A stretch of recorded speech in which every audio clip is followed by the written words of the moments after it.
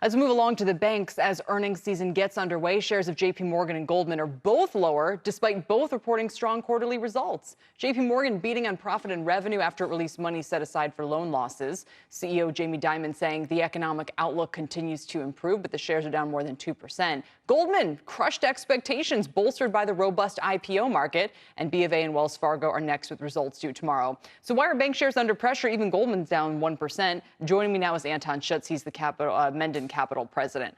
Anton, good to have you. What explains all of this? Is it just the sort of yucky bond market Rick was describing earlier?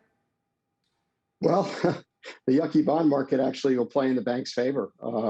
Higher rates from a bad auction, will help the banks. And the banks have correlated, unfortunately, from a trading perspective, with what's gone on, with the 10-year yield.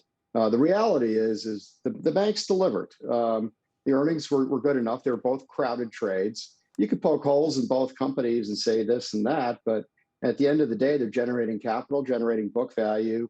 There's no loan growth right now because there's so much money, liquidity flooding the markets, which means excellent credit quality. A very strong economy will eventually lead to loan demand, and loan demand and higher interest rates will lead to earnings that are estimates that are far too low for next year. So I expect estimates to rise as the year progresses. I expect loan growth to show up. And I also expect that trading and investment banking will continue to be very good places to be. The backlogs for investment banking are spectacular.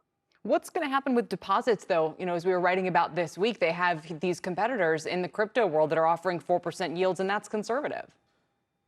Well, not an issue today at all. Most banks are incredibly flush with cash, far too much cash. If you look at banks year to date, double-digit growth in deposits and loan growth pretty flat. So no competition at this point. Eventually that may well matter, but core deposits is what banks have.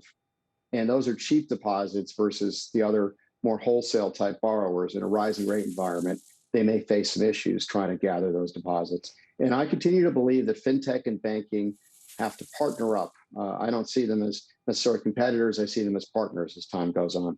Fair enough. But again, just thinking through what's going on in sort of the very short-term space where with T-bill yields trying so hard to be deeply negative, where all of this money, as you said, is being parked at the Fed for about 5 basis points return.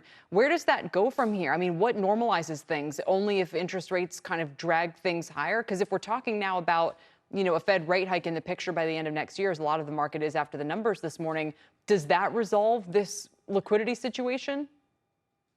It helps. I think that one of the best things that solves the liquidity situation is a continued strong economy where people go out and actually spend the money. And we really need to see manufacturing go out and build new plants and hire people and spend money and start to borrow money. And I think that, again, the stimulus programs have been fabulous, but they've created a lot of deposits at the banks and a lack of loan demand. As the deposits get run down and loan demand happens, earnings go up. And I think that's really great for the economy. And I think the banks will actually be laggards in increasing the cost of their deposits. They're still lowering them as we speak.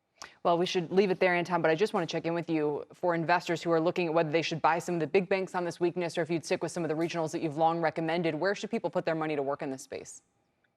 Well, I kind of like a little bit of a barbell approach. I like the self-help story, so I like Wells Fargo at this point in time. At some point they get out from underneath the Fed orders. It's still relatively cheap to forward earnings, and I think estimates can go up if they can grow their balance sheet. And then on the smaller banks, I like companies like First Horizon and Live Oak Bank. Live Oak's a mix between a fintech and a bank, and they also have a venture fund that invests in fintech. So I think there's a lot of value embedded in that portfolio. All right, Anton Schutz, thanks for your time today. Good Always to see a pleasure. you.